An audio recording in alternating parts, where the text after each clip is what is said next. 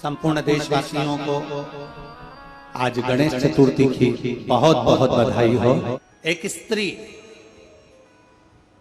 जितने पूरे विश्व में लोग कथा श्रवण कर रहे हैं, देश विदेश में बैठकर भक्त इस पवित्र प्रांगण में बैठकर कथा श्रवण कर रहे हैं, वो अपने भीतर एक उतारिएगा। पुरुष और स्त्री में एक अंतर है। पुरुष जब भगवान के मंदिर में जल चढ़ाता है, जल अगर चढ़ा रहा है तो वह अपने माता पिता, अपने नाना नानी को पार लगाता, दादा दादी को पार लगाता। पर शंकर के मंदिर में अगर कोई स्त्री, कोई नारी, कोई लड़की, कोई कन्या, कोई बेटी, कोई माँ, कोई वृद्ध भी अगर शंकर के मंदिर में एक लोटा जल चढ़ा रही है तो वो अपना मायका और अपना ससुराल दोनों की 71 पीढ़ी को पार उतार देती है। और कितना सुंदर कहा माता पार्वती जी ने भगवान शंकर से अमरनाथ की गुफा में प्रश्न करते हुए कहा कि पुरुष भगवान की सेवा में लगे, भजन में लगे, मंत्र उच्चारण में लगे तो उसका फल पुरुष को प्राप्त होता है, पर अगर स्त्री, नारी अगर भगवान शंकर की आराधना में लगती है, शिव की भक्ति में लगती है, तो हे भोलेनाथ, उसका फल किस किस को मिलता है।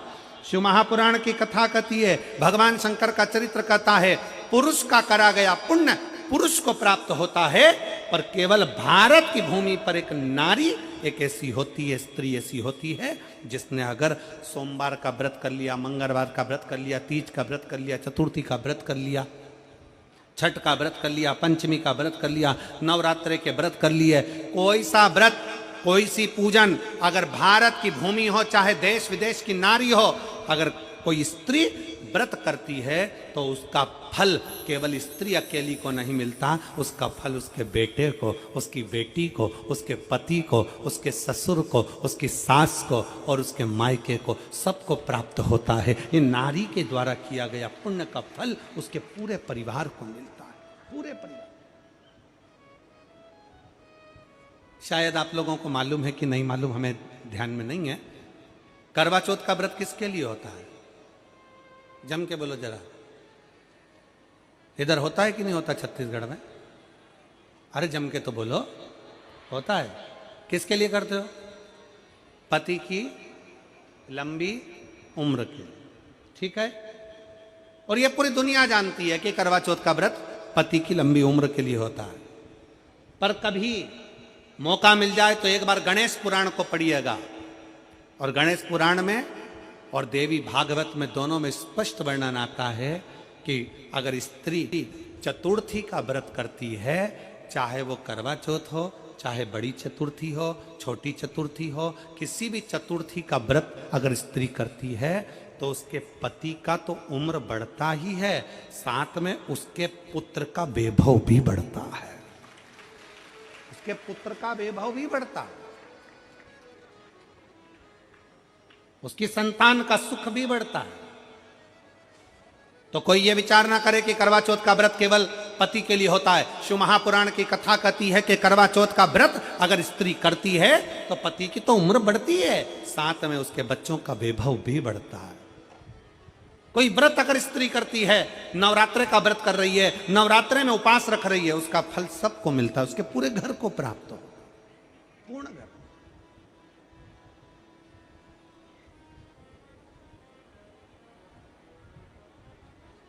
शिव तत्व,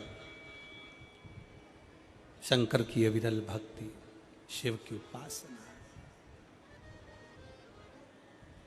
मंत्री से ज्यादा मंत्र पर भरोसा रखो, मंत्री से ज्यादा मंत्र पर भरोसा रखो, और संसार से ज्यादा मेरे महाकाल पर भरोसा रखो। तो नहीं मालूम कि गणेश जी कब फ्री रहते हैं? हमने कहा गणेश जी फ्री रहने का केवल एक समय होता है, एक टाइम होता है, एक पल होता है, एक घड़ी होती है। गणेश जी की सबसे पहली जो आरती हो, उस आरती के समय पर अगर धूप बत्ती जलाई जाए या गोबरी को जलाकर उसमें गूगल छोड़ी जाए और गूगल छोड़ने के बाद गणेश जी का नाम ध्रुम वर्ण कह दिया जाए तो गणेश जी को तुम्हारे घर की पूजा स्वीकार करना पड़ती है। बस वो समय हम जानते। हम तो बस उतना जानते हैं कि शिव महापुराण में लिखा और मुद्गल पुराण में लिखा, गणेश पुराण में लिखा, गणेश जी का एक नाम होता है ध्रुम वर्ण। क्या नाम है? ध्रुम वर्ण। गणेश जी का एक नाम होता है। जब हम धूप जलाकर और धूप लगाने के बाद में गणेश जी की सबसे पहली आरती करने के पहले, अगर हम सबसे पहली आरती गणेश जी की कर रहे हो, अपने घर में स्थापना कर रहे हो, बिठा रहे हो, और तुम चाहते हो कि गणेश जी मेरे घर में आके मेरी पूजा को स्वीकार करें और जो मांगू मेरा गणेश मुझे दे 10 दिन के अंदर, तो पहला नाम लेकर पुकार लेना ध्रुम वर्ण विनायक, बैठो, बस काम हो गया। वो फिर ही होकर आता है, वो बैठता है, अलमस्तता में बैठता। अब वो हमसे पूछे समय क्या है, हमने कहा देखो हमारे को तो मालूम नहीं, बस इतना जरूर जानते हैं कि ध्रुम वर्ण नाम के मेरे विनायक, जो जिनके शरीर से भक्तों के ताप मिटाने के लिए अग्नि तेज निकलता रहता है, जिनके शरीर से धुएं की भांति अग्नि प्रकट होती रहती है। अग्नि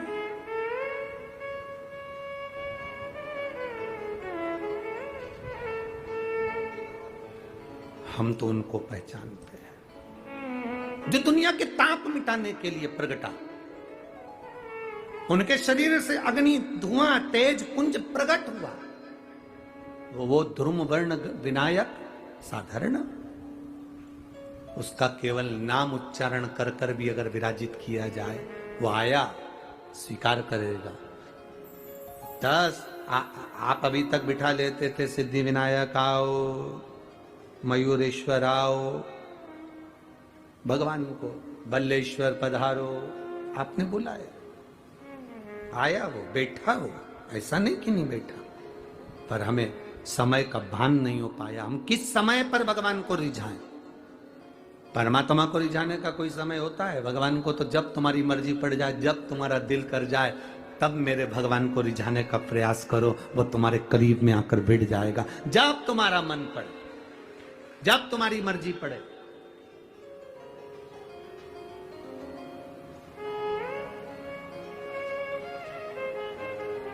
चतुर्थी का जो व्रत करने वाली होती हैं, जो चतुर्थी का पूजन करने वाली होती हैं, उनके भीतर का एक भाव होता है कि जैसे ही शाम का समय आए चंद्रदेव का पूजन करें। चंद्र जब प्रकट हो जाए, कलश भर लिया, उसके नीचे आखा दाना रख दिया, चावल गेहूं जो भी आप रखते हो पूजन के लिए, ऊपर पात्र आदि रख दिया, जलाशय, फिर अपन ने घी का दिया लगाकर पूजन भी कर ली। तो जो चतुर्थी का पूजन करने वाली होती हैं, जो चतुर्थी का नियम व्रत धारण करने वाली होती हैं, बड़ी बड़ी चतुर्थियां करती हैं या उसका नियम धारण करती हैं, तो चतुर्थी का जो पूजन करती है वो किस चीज के लिए होता है? केवल संतान, पुत्र, परिवार, हमारा कुटुंब, हम जिस कुल में हैं, हमारा कुल वैभव की ओर बढ़े, संपदा की ओर बढ़े और उसकी आयु बढ़े,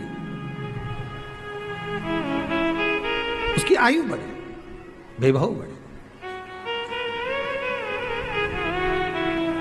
बहुत ध्यान दीजिएगा महाराज, चतुर्थी की पूजन में जो आप आखा दाना रखते हो, गेहूं वगैरह कुछ भी जो भी रखते हो, उसकी बड़ी महत्वता होती है महाराज। यहां तक कहा गया है, चतुर्थी की कथा तो आप लोग पढ़ते होंगे, जो लोग पढ़ते हैं उनको मालूम होगा।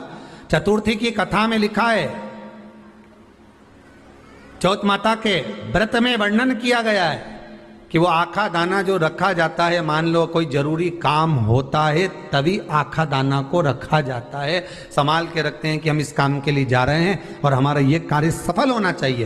तो जिसने चतुर्थी का व्रत करा है, जिसने चंद्रदेव का पूजन करा, चतुर्थी का व्रत करा, वो गणेश जी से विनती करके वहां से 2-4 आखा दाना उठा ले, और जो व्यक्ति का काम अटक रहा है अपने ही घर का, पर दूसरे कुल को नहीं देना, अपने ही कुल के अंतर्गत जो काम अटक रहा है उसकी जेब में, उसके पल्लू में उस चीज को रख दिया जाए। तो चतुर्थी जो अगली आती है, जैसे आप महीने की करते हो तो महीने की, और आप जैसे करते हो कि 4 अलग बड़ी बड़ी चतुर्थी करते हो, तो उसके अनुसार आपका कार्य सिद्ध होता ही है। उस आखे दाने का इतना महत्व होता है क्योंकि चतुर्थी का व्रत करने वाली माता जब व्रत करती है तो स्वयं चतुर्थी की कथा में लिखा हुआ है कि पार्वती जी गणेश जी से चतुर्थी की कथा बचवाती। चतुर्थी की कथा बाची किसने थी? स्वयं गणेश जी महाराज ने। और सुनी किसने थी? माता पार्वती।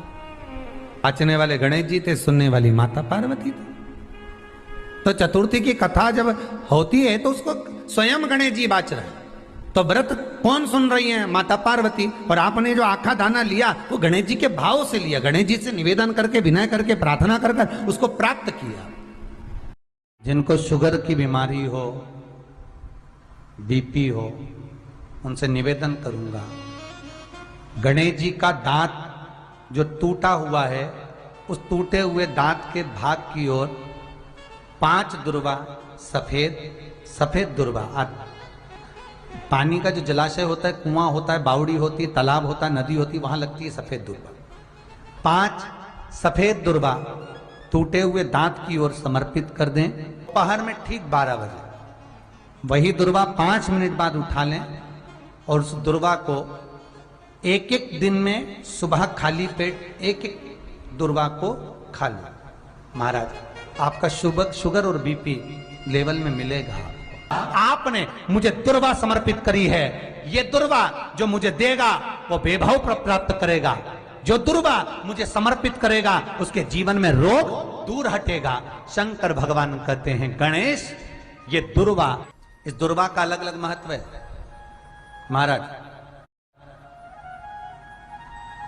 कुएं के पास की सफेद दुर्वा, कुएं के पास की सफेद दुर्वा, यदि 41 दुर्वा प्रत्येक बुधवार को गांठ लगाकर गणेश जी को समर्पित कर कर वापिस उठाकर उस दुर्वा को खाली पेट, आपके घर में भी गणेश जी होंगे, उनको समर्पित करो, खाली पेट इस दुर्वा को केवल चबा चबा कर खा लो और आधे घंटे बाद पानी को पी लो। बुधवार की बुधवार 5 बुधवार करना, गणेश जी को चढ़ाना, सफेद दुर्वा को गणेश जी को समर्पित कर कर चबा चबा कर खाना।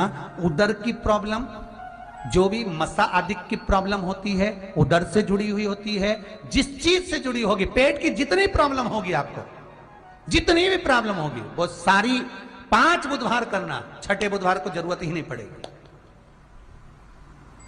कितनी भी प्रॉब्लम हो पेट से, कितनी,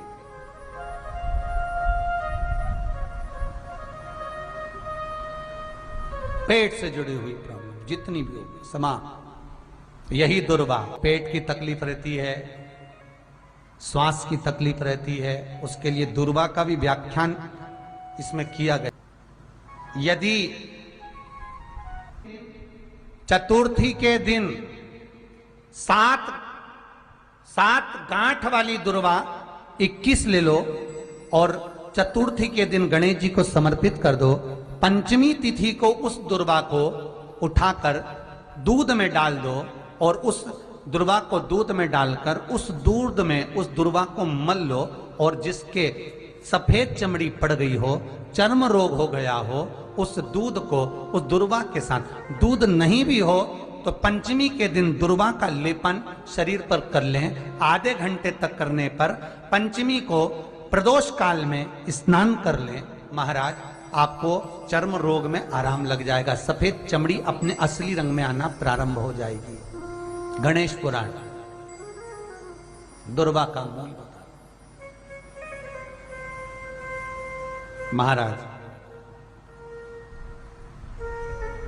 21 दुर्वा के 108 बंडल बना लो।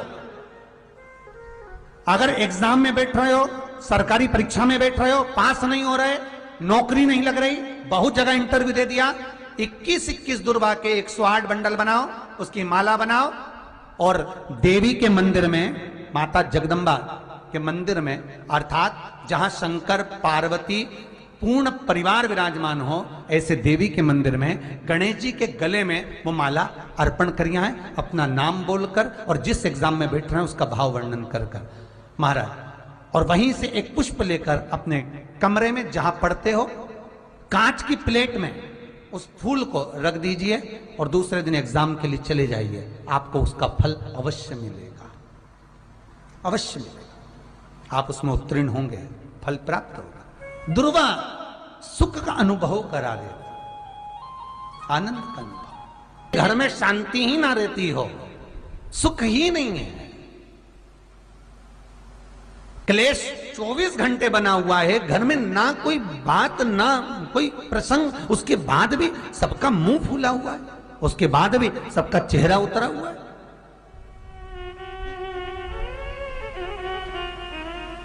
जिस घर में सुख और शांति ये दोनों चीजें नहीं हैं, वो निवेदन है लाल वस्त्र में लाल फूल रखकर उसमें थोड़ा धना, धना जानते हो वो खड़ा धना आता है, धना पाउडर नहीं, धना हरा धना, और 5 गोल सुपारी, जो गोल सुपारी होती है पूजन वाली सुपारी, 5 पूजन वाली सुपारी, 5 बेलपत्र इस लाल वस्त्र में रखकर घर के मध्य भाग में पूरे घर का केंद्र बिंदु मिला लो, पूरे घर का नाभि कोण मिला लो, पूरे घर का नाभि स्थल मध्य स्थल मिलाकर वहां पटे पर रखकर कुंकू चावल से पूजन कर उस पर 3 बार पानी को फेर कर भगवान श्री गणेश जी महाराज के मंदिर में बिना बोले जो रखकर आ जाता है, उसके घर में कभी क्लेश नहीं होता, सुख और शांति ये दोनों प्रवेश कर जाती है। भगवान शंकर का शिवलिंग बेलपत्री के पेड़ के नीचे बनाना, साथ में गोबर के विनायक बनाना, गोबर का गणेश, और गोबर का गणेश बनाकर एक छोटी सी पिंडी जैसी माता जगदम्बा के लिए एक ढेली रख देना, गोबर की, महाराज मिट्टी या गोबर की। इन तीनों स्वरूप का पूजन आप करना बड़े प्रेम से, चंदन चंदन आदि अक्षत पुष्प समर्पित कर कच्चा दूध तीनों पर चढ़ाना, दही तीनों पर चढ़ाना, शहद तीनों पर चढ़ाना, घी तीनों पर चढ़ाना, शक्कर तीनों पर चढ़ाना। पूजन कर कर एक इतना बड़ा लाल वस्त्र, लाल वस्त्र, उस लाल वस्त्र पर अपने हाथ के छापे बनाकर कामना कर कर कि हम पति पत्नी में कभी झगड़ा ना हो, प्रेम बढ़े, क्लेश ना हो, आनंद बढ़े, छापे लगाकर उस वस्त्र से उन मूर्तियों को ढाक देना। पूजन कर कर घी का दिया लगाकर ढाक दीजिए। 108 चावल के दाने लेकर एक एक चावल का दाना अपनी कामना कर कर उस वस्त्र पर डाल दीजिए। वस्त्र का चावल अपने ऊपर बाद में छिड़क लीजिए, मूर्तियों का पूजन कर फिर वापस पूजन कर कर विसर्जन कर दीजिए। अगर अदालत में केस भी चल रहा होगा तलाक तक का, तो भी प्रेम बढ़ सकता है और आपका जीवन सुखमय हो सकता है, आनंदित हो सकता है। कोई पैसे नहीं दे रहा, अवश्य करें। कोई धन नहीं लौटा रहा, अवश्य करें। कहीं किसी कंपनी में आपका पैसा उलझ गया है, नहीं मिल रहा है, अवश्य करें, मिलेगा फल।